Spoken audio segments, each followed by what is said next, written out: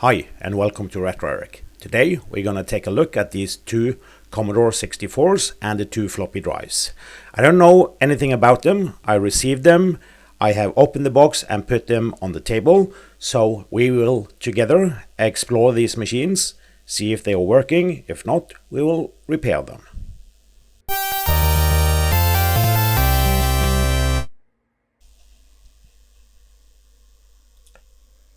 This first machine is quite dirty. We can see the keys.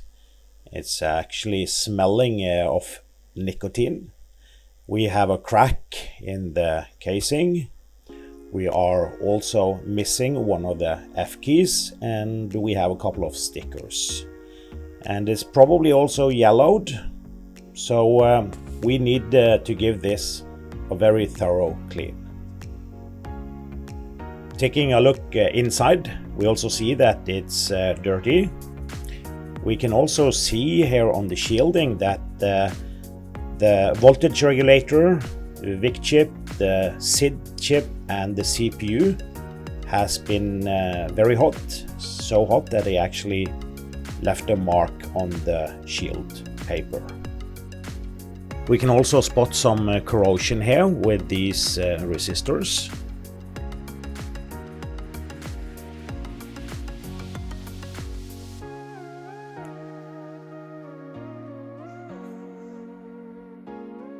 But all in all, this motherboard doesn't look too bad. The second machine looks quite okay. From the outside we can see no visible damage. Opening the second machine, we can see inside, and well, there is not much dust in this one, so it's probably had a better life. Also, I can see no visible damage on this motherboard, so that's a good thing.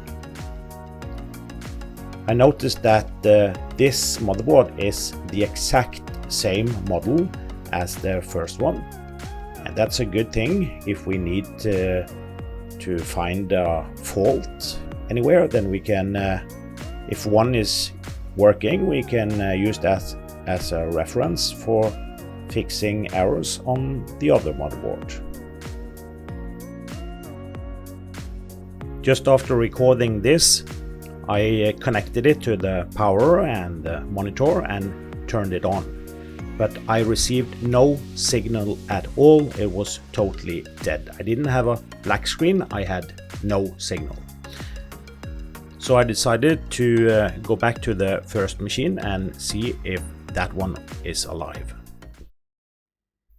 Using a diagnostic cartridge and some wires between all the ports, I quickly found that the user port and the interrupt is bad. Also, the two CIA chips are bad. So, starting with the easiest things first, I cleaned the connectors on the PCB with this glass fiber pen and tried again. And as we can see, the diagnostic cartridge has now no errors. So I guess we can say that this Commodore 64 is working. So we have this one, the dirtiest one, is working, and the other, the number 2 Commodore, is not working. But let us clean them both before we do anything else. To give some of my viewers a shock, I have decided to put parts of the Commodores in my dishwasher. The PCBs are just put in there. I also took the top lid of the two floppy drives and the top lid or the casing from the two Commodore 64s. I've added just a drop of soap, and I've put the washing machine on the lowest program possible. When it has finished cleaning, I will stop the machine before it starts the drying program. So while the dishwasher is running, I've decided to take the under parts of the Commodores and clean them manually. As we can see, especially on the number 1 machine, it's quite dirty and it has a lot of nicotine on it. So I just put it in some hot water with ordinary soap and just let it soak there for a while before I just clean it off with the brush. The important step now is to dry it properly before we connect it to power. So I put my PCBs in front of this air outtake where I have fresh air that is about 20 degrees Celsius, and I leave it there overnight. I have now connected machine number 1, the dirtiest one, to power and the diagnostic cartridge and all the wires, and as we can see, it works. So the dishwasher did not destroy this Commodore 64.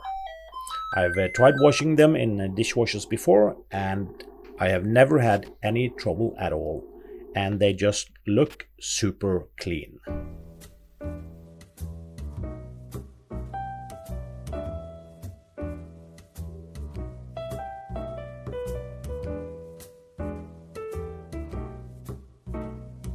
The problem is that we have a black screen, and when I mean a black screen, it means a black screen like in no signal at all. So that means that probably none of the electronics get any power. So let's start with measuring the power input and see if we can find something here. So let's start with these voltage regulators on this board that is working. We can here see that it should be 12 volt out from this voltage regulator and 5 from this. I just measured the non-working and it was just above a volt. But let's go back to that. But also let's check the capacitors here. Here we have 19 volt out, 11 and 14. We should also measure the fuse here. It says 4.4 volt. I'm pretty sure that that is AC fuse. Well, I'm not 100% sure, but anyway, we just measure here to compare with the non-working board. Okay.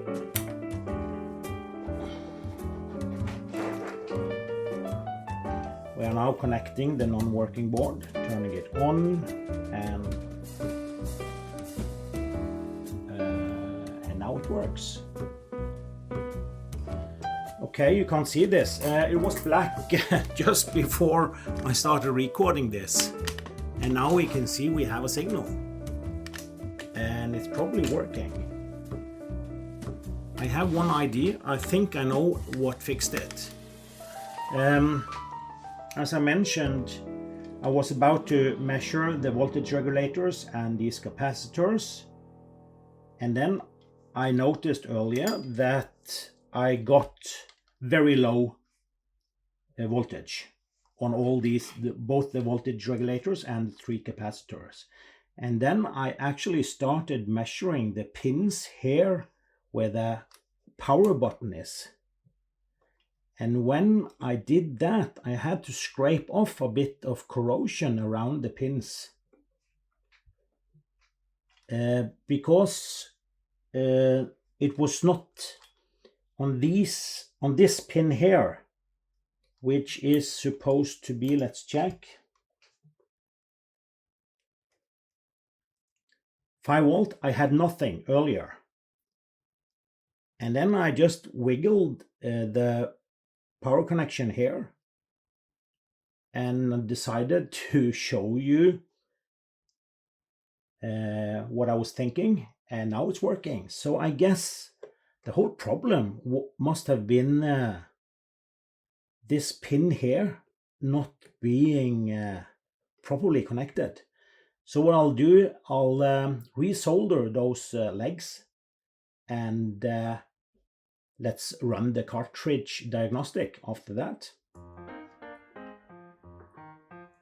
I have applied some flux on those 6 pins here, and I'm just gonna reheat them just to make sure that it sticks properly.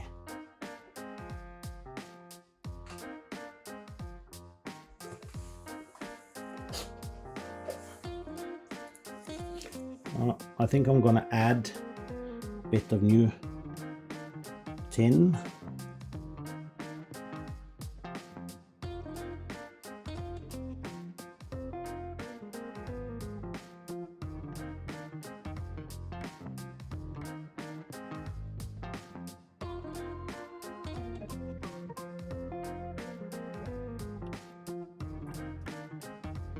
Now it should be more steady, but also, most importantly, better connection.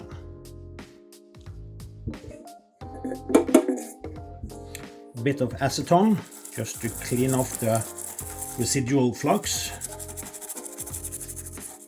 So this is the backside of the PCB, and I put it through the washing machine yesterday, and as we can see, it is very clean. And if we turn it around, we can see it's sparkling, it's shining.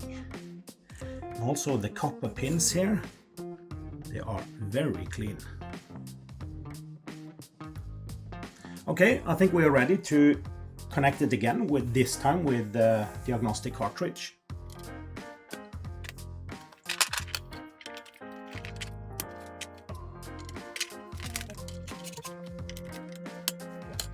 Okay, let's turn it on. Oh yes.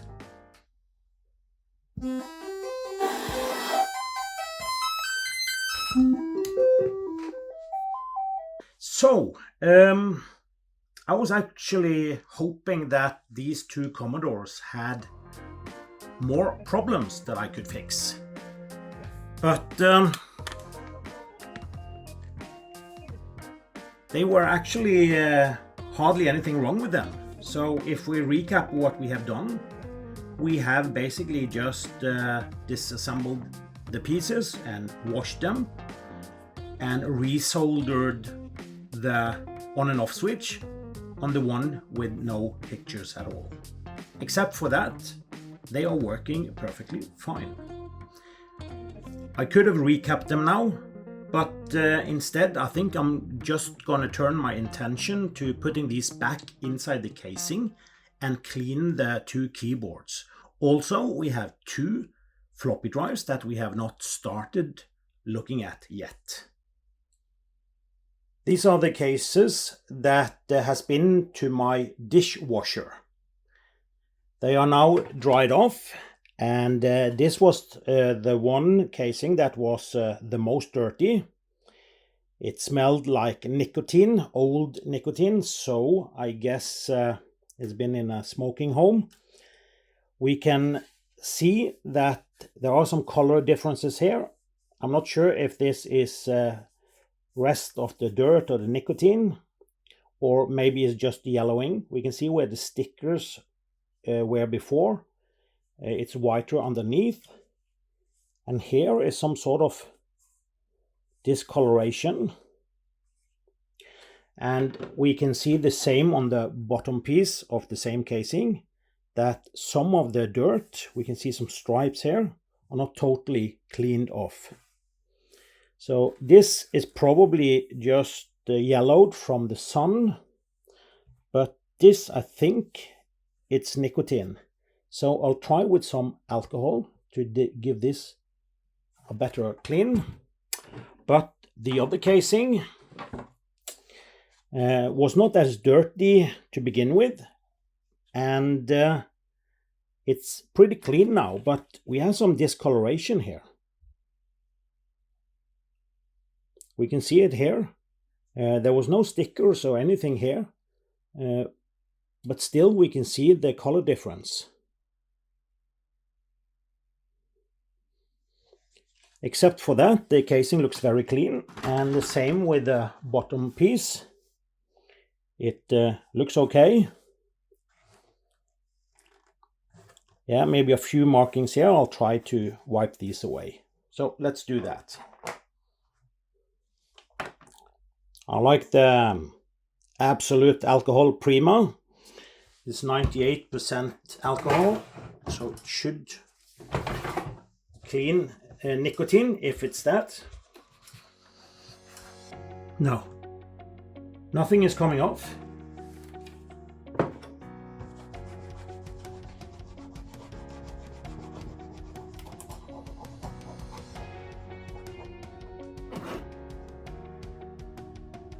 Yeah, it took some of that.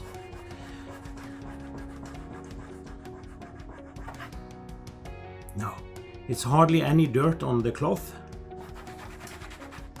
So I guess we need to use some stronger stuff to get this off.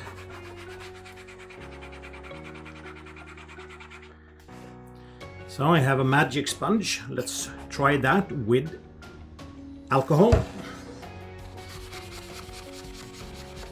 Oh yes.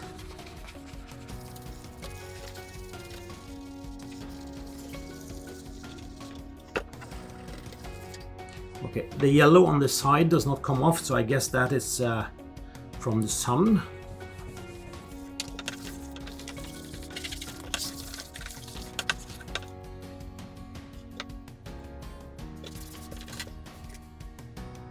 So let's put the motherboard back into its case.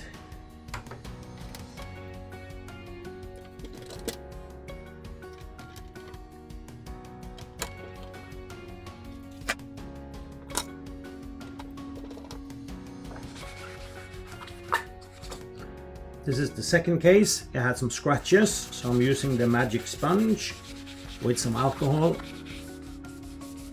and it looks like that did it.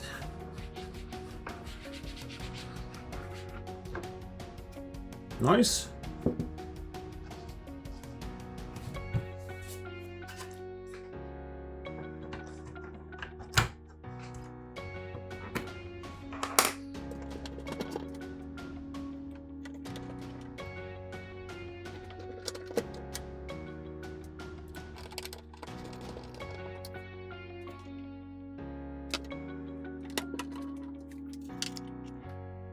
Quite nice.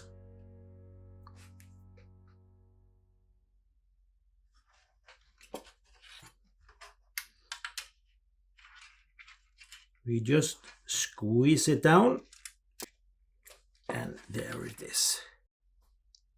Yuck. I was supposed to have some recordings showing me cleaning the two keyboards, but the only thing that I have to show are the dirty cloths you just saw. But now we are ready to assemble the complete machines.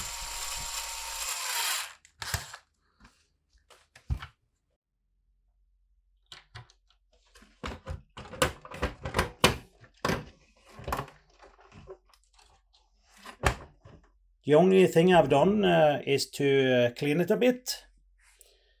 As you remember, I put the lid or the top in my washing machine. It's not at all perfect. We can still see some brownish from where the power supply inside the disk drive is placed. So I guess there's nothing much we can do with that.